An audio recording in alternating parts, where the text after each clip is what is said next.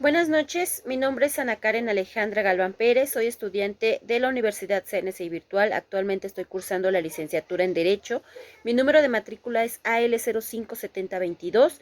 Bueno, el día de hoy concluyo con este módulo de la materia de Filosofía Jurídica a cargo del tutor Víctor Cervantes Muñoz. Presento mi producto integrador que se basa en una serie de preguntas planteadas por el tutor a las cuales estaré dando contestación. ¿Qué importancia tuvo la ONU en la Declaración Universal de los Derechos Humanos de 1948? Bueno, pues la principal es ser una fuente de inspiración durante más de 7 décadas para exigir los derechos y para luchar contra las fuerzas de opresión, la explotación, la discriminación y la injusticia. ¿Cómo se define el constitucionalismo? El constitucionalismo se refiere a un conjunto de valores y aspiraciones políticas que reflejan un deseo de proteger la libertad mediante el establecimiento de controles internos y externos del poder gubernamental. ¿Qué son las minorías y en qué artículo de la Constitución Política de los Estados Unidos Mexicanos se encuentra regulado? La existencia de la minoría es una cuestión de hecho y conlleva factores objetivos como la existencia de una etnia, un idioma o una religión compartida.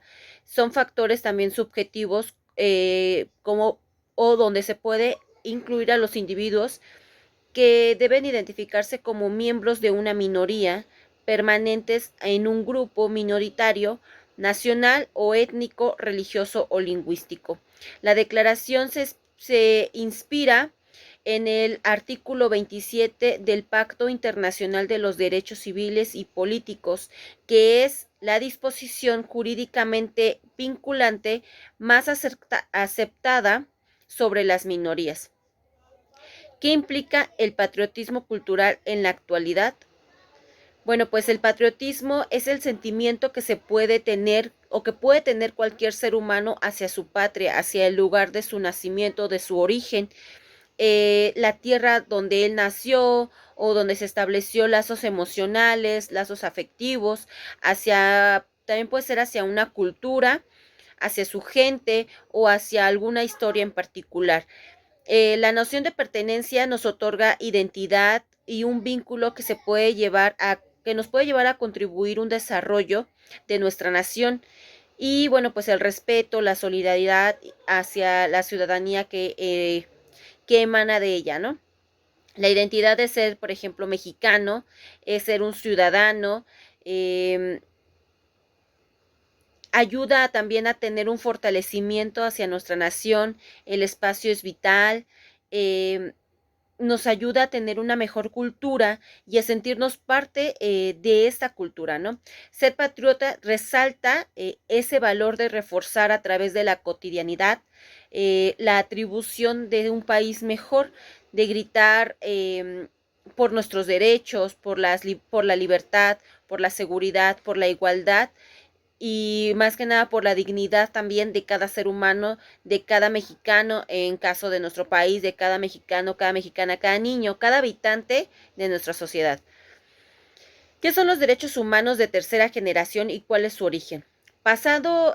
En momentos anteriores se declaró que muchos derechos no estaban especificados en la declaración como tal de los derechos humanos, sino simplemente eran como sugeridos, por lo tanto, convenía puntualizar y actualizar un documento donde estas declaraciones y procedimientos y pactos quedaran ya fundamentados.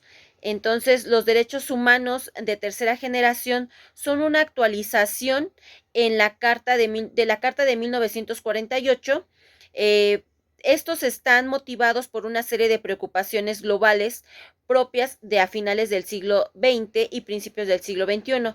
Principalmente del deterioro es mediante sus efectos negativos, la calidad de las vidas de las personas y el impacto que han tenido en ellas. Los derechos han sido incorporados progresivamente a la lista tras numerosas cumbres y tras numerosos encuentros mundiales. Algunos de ellos son el derecho al desarrollo sostenido, el derecho a la paz, el derecho a la protección de los datos personales, el derecho al patrimonio común de la humanidad y el derecho a gozar de un medio ambiente sano. ¿Qué son los derechos colectivos y dónde se estipulan? Bueno, pues son conocidos como derechos de tercera generación, pues surgieron a partir del siglo XX y bueno, implican también la protección del individuo, pero no aislado de un miembro o no aislado de la comunidad o de siendo miembro de una colectividad, ya sea como miembro de una comunidad, de una nación o de una humanidad total. ¿Qué es la ética, la moral y cuál es su relación con el derecho? Bueno, pues la ética y la moral se define como todo comportamiento y pensamiento que es juzgado y considerado como buena fe o de mala fe, buena o mala conducta. Ambos se refieren al comportamiento que adopta una persona o un individuo frente a las situaciones de la vida cotidiana. La ética se define como un comportamiento regido a base de un reglamento, es decir, que las órdenes establecen qué es lo bueno, qué es lo correcto y qué es lo que no.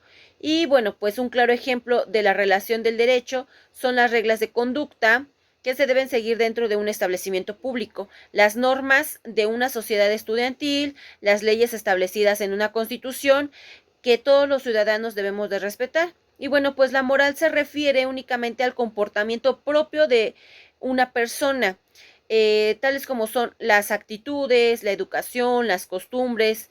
Y bueno, pues estas actividades regulan el comportamiento de una persona, pero como individuo.